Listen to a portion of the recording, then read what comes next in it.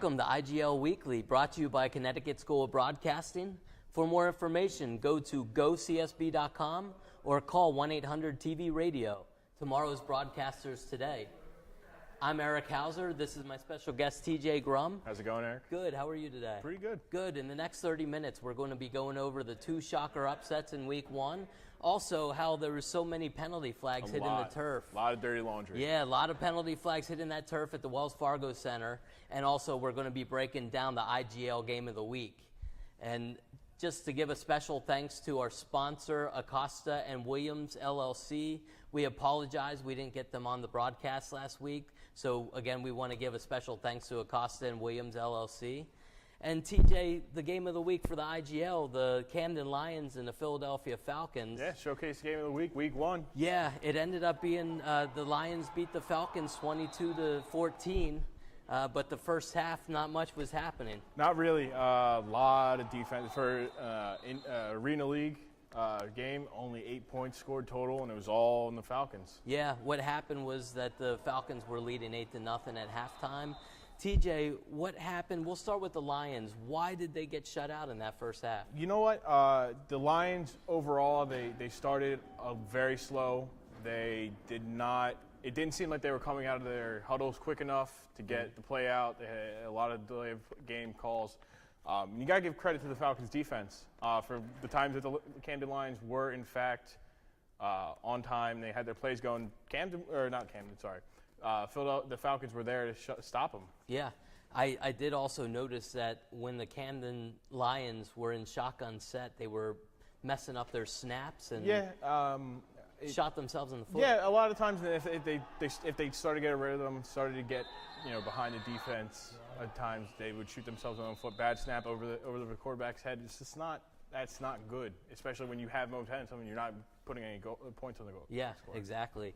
And what about the Falcons? I mean, they only scored 8 points. Yeah, and again, almost the same thing. They were getting out of the huddle late, rushing to get the ball off before the play clock expired. And again, Camden Lions, their defense was there to shut them down, holding them only 8 points. Camden's offense just couldn't put any points on the board. Right, yeah, and you could definitely tell that it was Week 1 with all the miscommunication and penalties going on. Yeah. But, did you also notice that the public address announcer, where did he go? I guess he was with the offense in the concession stands trying to beat all the fans there to the halftime. Yeah, I looked down. There was a few minutes left still in the first half, and the public announce table was quiet. It was blank. Nobody was there. Yeah, it was very quiet. He was probably getting a pretzel or something. Yeah, I don't blame him. I mean, you got to beat those lines. Right. Just have to beat those lines. Right. But he did come back in the second half. They did. And he brought the offense with him as well. Exactly. The action was definitely in the second half, and the Falcons came out swinging. Yeah. They took the opening kickoff straight down the throat, down the Camden's kick return's throat, and scored a touchdown. Go up 14-0. Yeah, right away. And it looks like they might actually separate now. Mm-hmm. And little did they know that their kick returner was taking the ball right into the Lions' den. Yeah, Lions' den. Yeah, right there, and they woke up the sleeping Lions. Right after the kickoff, the Falcons kicked it back off, and the Lions brought it to the 10-yard line. They were able to punch it in finally. Yeah, a few plays later, got some points on the board, and from there it was all Camden. They started 22 unanswered points from Camden Lions. Yeah, that was the end of the Falcons scoring, and like TJ said, 22 unanswered points after that. What was the difference? What woke up the Lions? I think a lot of their players were learning new positions at first, so I think they were trying to get into a groove in the first half, and they just couldn't get it.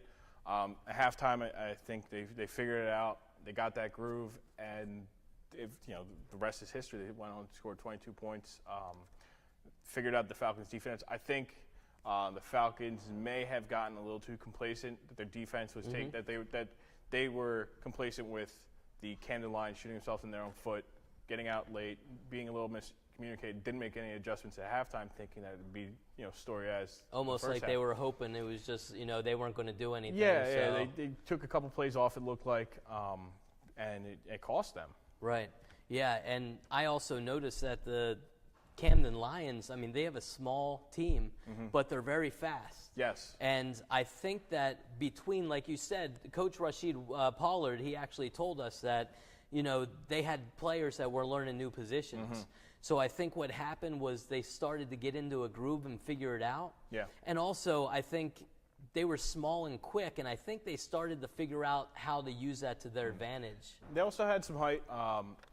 They had some height on the outside receiver and the defensive back. A lot of guys were playing both ways, which I also think a lot of guys weren't ready for in the first half, which, it's kind of the first game jitters of the season. Right. First half, getting it all out, and second half, they woke up, came out, and they were ready to play. Yeah, and how about the Falcons' offense in the second half? More the same from the first half. They were miscommunication caused them to shoot themselves in their own foot. They couldn't take advantage of very good positioning at times. They would start on the Camden's side of the field, and they just couldn't punch it in. They couldn't get anything out of it. Right. Yeah, it's it was just a very ugly game on their part. The Lions actually woke up. I think they figured things out. Their coach was proud of them at the end of the game because he knew what they were, what they had to overcome. And we got to mention their defense played solid first half and second half. Yes, they after that, they really only let up 8 points at kick return, special teams, 6 points. They only let up 8 points in arena football. 8 points is spectacular. Yeah, that's exactly what you want from your defense. You want to hold them as least points as possible. If you can hold them to 8 points, right, that's a win. Right. Yeah, and the Falcons' defense actually played pretty solid, but with arena football, there's so many points that get scored. You need an offense. Yeah. And that offense was not there for Philly, and it cost them. Yeah, absolutely. Yeah, so it was, their big game of the week. Camden woke up, and they came back, and, it's what do you expect from them from here on out? The way that they played the second half showed a completely different team from their first half. I agree. I was watching the game. I'm hoping that they build on this, that they show more. They showed a lot of heart in the second half. At the end of the game, the Philly Falcons were on, I want to say, the 20-yard line, and 5 seconds left. They needed to score and then score a 2-point conversion. Camden did not let that happen. They picked it off, ran it back. They didn't count the points, so I feel for that guy. He made some moves to get that touchdown. They didn't count it. They did buckle down on defense, and they stepped up the blitz in that second half and put a lot of pressure on that Falcons quarterback. Yeah, I'm thinking that their defense will carry them for the first few games. This arena, points are going to get scored, but if you have a defense that can manage and hold the opposing team to under 21 points or so, you have a pretty good chance of winning as long as your offense clicks and scores points. Yeah, and the Falcons, they have a lot of work to do this week in practice. They got to look at themselves in the mirror and say, this is a game that we could have had. They can't do this all week. No. But as far as the Lions go, I think from here on out they can ride this momentum. It just seemed like they figured something out. And halftime said they looked at themselves, guys, this is the door's still open. Right. Let's kick it in. And win. Yeah. So I'm kind of interested to see how they play from here on out and see how real good they are. Okay, we've got to take a quick break. Thank you, TJ, for stopping by. Not a problem. I love talking to IGL. Yeah, and coming back next, my co-host Sean Brown is going to meet me here at the studio. We're going to break down how the two Titans fell in Week 1 as CSB IGL Weekly rolls on. Don't go anywhere. We'll be right back.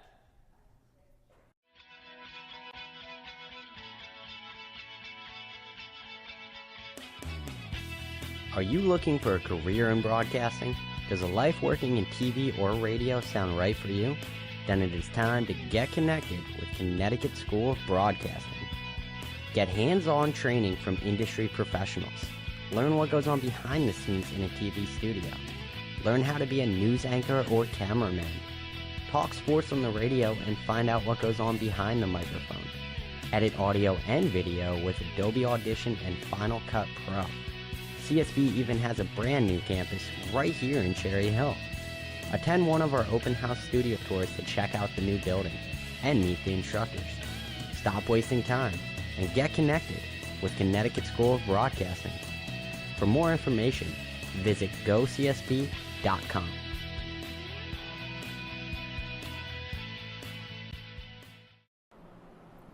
And welcome back once again to IGL Weekly, brought to you by the Connecticut School of Broadcasting. He's Eric, I'm Sean, and the two unbeatens from a year ago fall early on in the 2013 season. Both of them lose in week 1.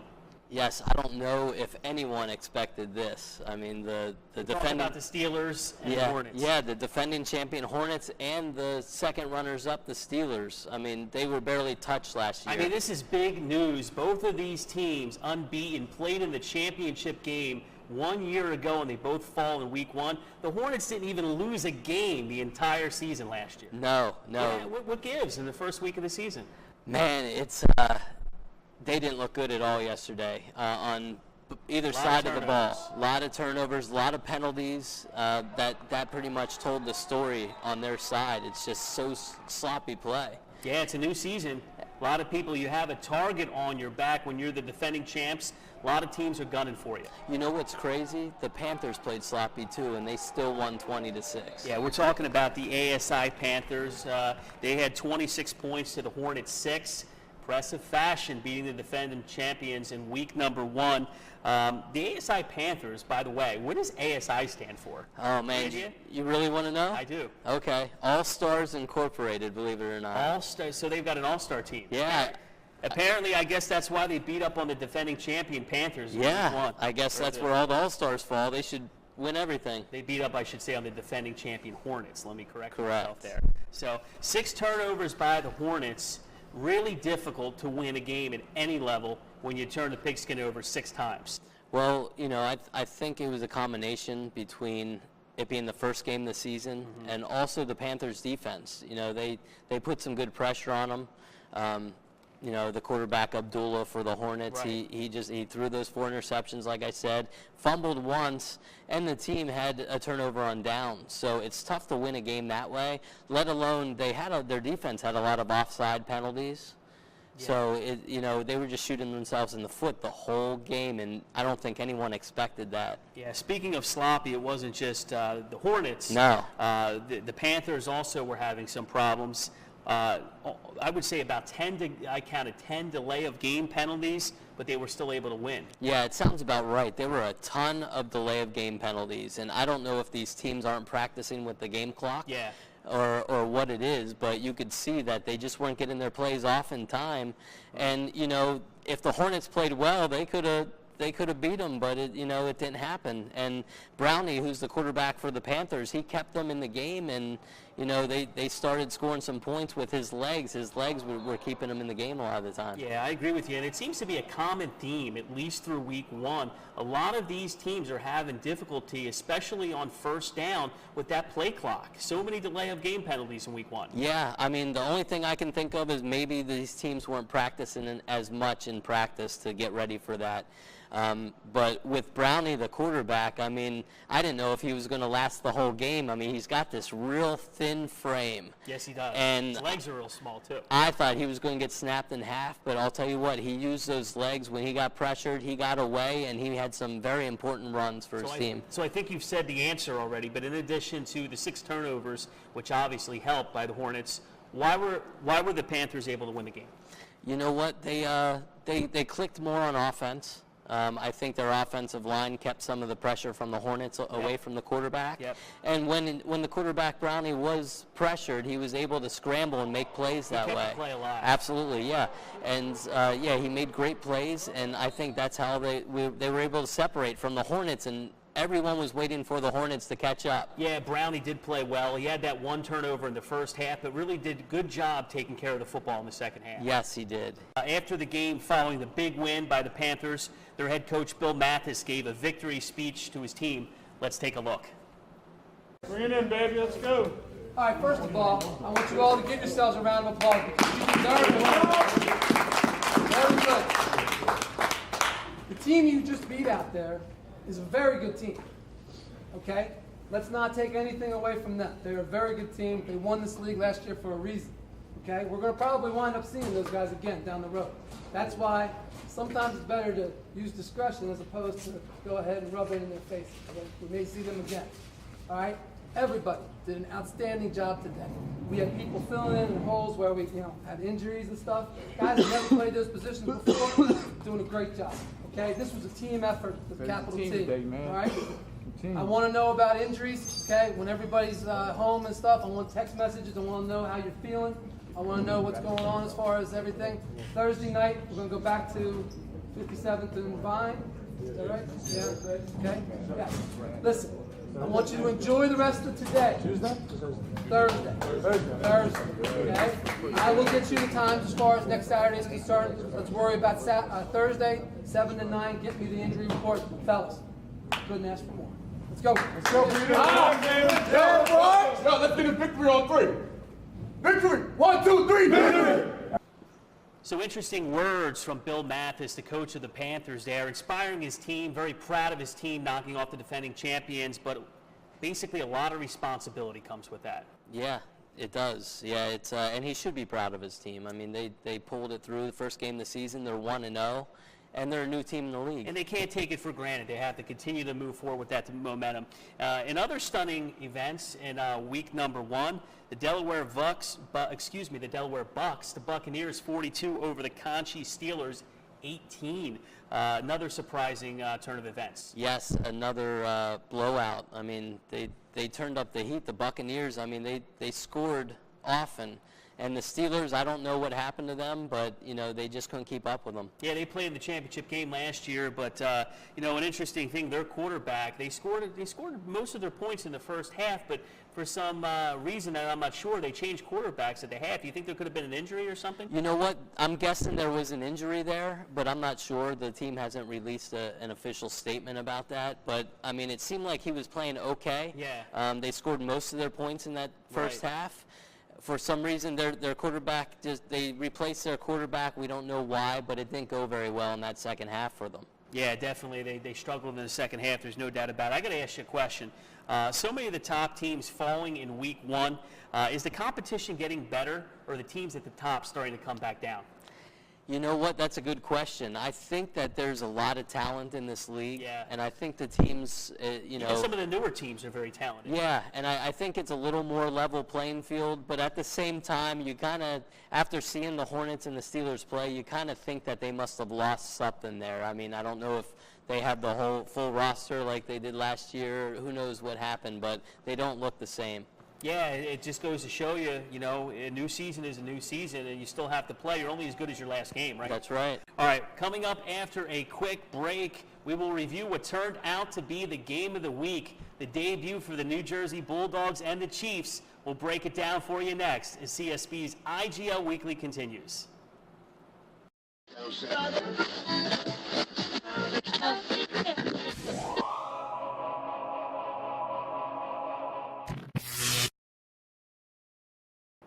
We are back, final segment on CSB's IGL Weekly, powered by the Connecticut School of Broadcasting. Tomorrow's broadcasters today, he's Eric Hauser, I'm Sean Brown. And, you know, we want to plug All Noise Radio. We're going to do a Bulldog segment here for the duration of the IGL season. You can hear the Bulldogs games on All Noise Radio at allnoiseradio.com. I was fortunate enough to do the play-by-play for their first game, so we want to let all our listeners know to catch all the action on the radio. How did that go, by the way? It went good. It was a lot of fun calling the game, and more importantly, the much-anticipated debut of the New Jersey Bulldogs went well. They won their first game 36-28 over the Frankfurt Chiefs. Yeah, it's the coach especially thought it was going to be more of a lopsided game, but hey, they got the win. That's a little bold, don't you think? Yeah, but that's the way they are. Coach Turk, you know, he expects the moon, and he expects them to blow out and probably a shutout every game. It didn't happen. It's their first game this season. They're 1-0. You know, you can't be too down about that. I got to give Coach Turkel some credit and some props. I was in the back of the Wells Fargo Center as I was getting ready to do the play-by-play, making my way up through the stands, and the team in purple backstage was pretty fired up in the locker room. They were really ready to play. They were. You could hear them barking as they came onto the field, and every time, you know, they made a good play, their team was barking, and they brought the energy. They really did bring the energy, and they carried that onto the playing surface at the Wells Fargo Center. Back and forth game. The lead changed hands many times in this game. It did, yeah. It's, you know, they were going back and forth. It was a a close game. Yeah. You know, you kind of expected one of the teams to start breaking away. You know, Never happened. No, I expected the Bulldogs to start pulling away and get some things straightened out. It took a while before it seemed like they started getting going. But yeah, it was a great game though to watch. Yeah, it was. Jeremy Bertuck, the quarterback of the New Jersey Bulldogs, he had one interception on a tip, kind of unfortunate, but otherwise he played a pretty strong game, I thought, and led the Dogs to victory. He did. He played a solid enough game to win. I can't blame that interception completely on him, but that's what happens. I mean, he's a solid quarterback. Yes, he is. We saw that in practice, and we could see that on the field yesterday. And, you know, he's going to be there all season long. Very accurate passer, good arm. Likes to, you know, they like to set up their offense, you know, basically no shotgun play. They're one of the only teams in the IGL that doesn't like to go from the shotgun formation. Yeah, a lot of those teams were in shotgun most of the day yesterday, and, you know, some of them were having trouble getting used to that, especially with the snaps, trying to work that out. Yeah. But it was interesting to see that, you know, they were one of the few teams that didn't use that shotgun much. Absolutely. Now, big number 73, Demetrius Hester. He's one of the new recent additions from the University of Delaware. He got injured in this game. We're going to see if he's going to be all right, but certainly a good addition to the Bulldogs. He is. They're expecting a lot from him this year. I mean, he turned down a full ride from Ohio State as far as wrestling goes, and he decided he wanted to play his passion sport, football, for the University of Delaware. Yeah. And, you know, he did get hurt, but he did come back in the game, so that was a good sign. And that's important because Omar didn't play in the first game, so they need Hester to be out there and be healthy. Yeah. Yep. Now, another thing, they struggled at times with Smith, the quarterback of the Chiefs. He was really tough when he got outside the pocket. So I think in the second half, the Dogs did a better job of containing him, keeping him in the pocket by putting a lot of pressure on him. And number 90, Big Marquise Slocum, came through the line like a freight train and got a big sack late in that game. Yeah, he did. Smith was unbelievable.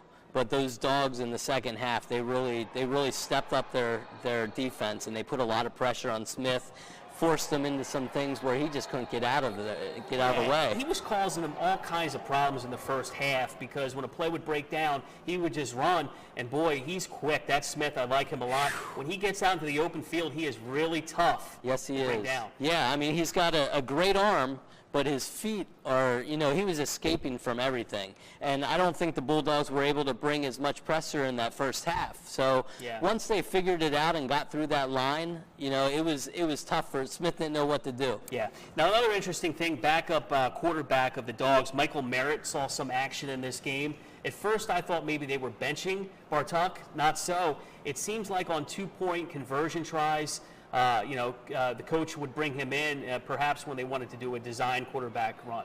Yeah, I noticed that the first time I saw him come in. I thought they might have been benching Bartuck for whatever reason, but it wasn't so. And what I figured out is that Bartuck is not a mobile quarterback. No, he's not. So Merritt was able to do some escape artistry, you know, on those goal line stance if they needed it for an extra weapon. I think that was smart strategy by Coach Turk because Merritt did have a rushing touchdown in the game. Yes, he did. Absolutely. It worked. Yep. In other news, you know, Andrew Molitaris, he's like the Wes Welker of the Dogs. I think you were the one who had that analogy, and certainly it's true because you know, he's in motion a lot. He's very quick, has good hands, runs good routes.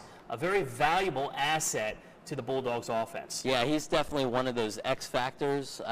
The first time I saw him in practice, I called him Wes Welker. He looked just like him, same build. You know, he's not a very tall guy, very quick. Runs his routes real well. I've noticed that in practice, and that's a sign of a really good receiver. And they use him as kind of like a hybrid. I mean, you know, you saw him get the ball handed off to him, and he makes some things happen. Yeah, Molitaris is very quick. As a matter of fact, not only is he dependable in the passing game, but he actually scored on a running sweep play, so also very valuable in the running game as well. Yeah, absolutely. And how about that touchdown when that diving catch he made in the back of the end zone? Spectacular, great catch. It was one of the best catches you'll see at any level. What an athlete, yes. Now, defensive back William Crawford, number 8, did a great job in pass defense. We also saw him line up as a wide receiver. Strong play by the DBs of the Dogs in the second half. Let's face it, this was a close game after halftime, so it really came down to who was going to stop who in the second half, and give the Bulldogs a lot of credit. They were able to get some big stops. Yeah, their defensive line came together to get that pressure on Smith, and like you said, their DBs were all over the receivers like blankets. Yeah, now Dejon Thomas, we both know Coach Turk is really high on this guy. He's a guy that is one of the big-time receivers on this team. Had a couple of drops in this game. I was kind of surprised. He did. They're expecting big things from him this year. But, he did have the dropsies. I don't know if it's because it's his first game in a while. I think he took a couple years off of football. And, he might have had some jitters or whatever the case may be. But I expect Turk to correct that in practice. Got to turn the page quickly. Yeah. As the scouts are watching, and the most important thing you could do is put it in the rearview mirror and move on. Right. He's got the talent, no question about that. Coach Turk is going to address that in practice, and I expect big things from Thomas this year. So I think the overall, the thing I took out of this game, very impressive, 36-28, the Dogs won, but a lot of mental miscues, having problems with penalties, a lot of delay of games. These are things they have to sort out. The coach, I talked to him after the game. He didn't seem overly impressed at the way his team played, but certainly a lot to build on. And if they can eliminate those mental miscues, I think they're going to be all right. Yeah, I think so too. We both ran into him after the game, and he's a little disappointed because they didn't win 60-0. But that's the way Coach Turk is. He expects perfection, and he mentioned that he's going to have his team running in practice. Yeah, absolutely. Because they're not quite as in condition. He wants to run this up tempo offense. So his big guys have to be in condition, and I think he's going to work on that. Yeah, absolutely. Now the Chiefs lost, but perhaps victory in defeat because they got good play out of their quarterback, number 4, Smith. I think he's a rising star in the IGL. I really do. He can beat you with a lot of ways, with his legs. He can beat you he's got a cannon of an arm, loves to go downfield. He got hurt late in the game. We'll check his health status, but the Chiefs hope he's healthy because he's going to be a big player in this league. Yeah, if he can remain healthy, he will carry that team. And if he's healthy, I expect them to be in there at the end of the year. Absolutely. Well, that's a wrap for this week's show.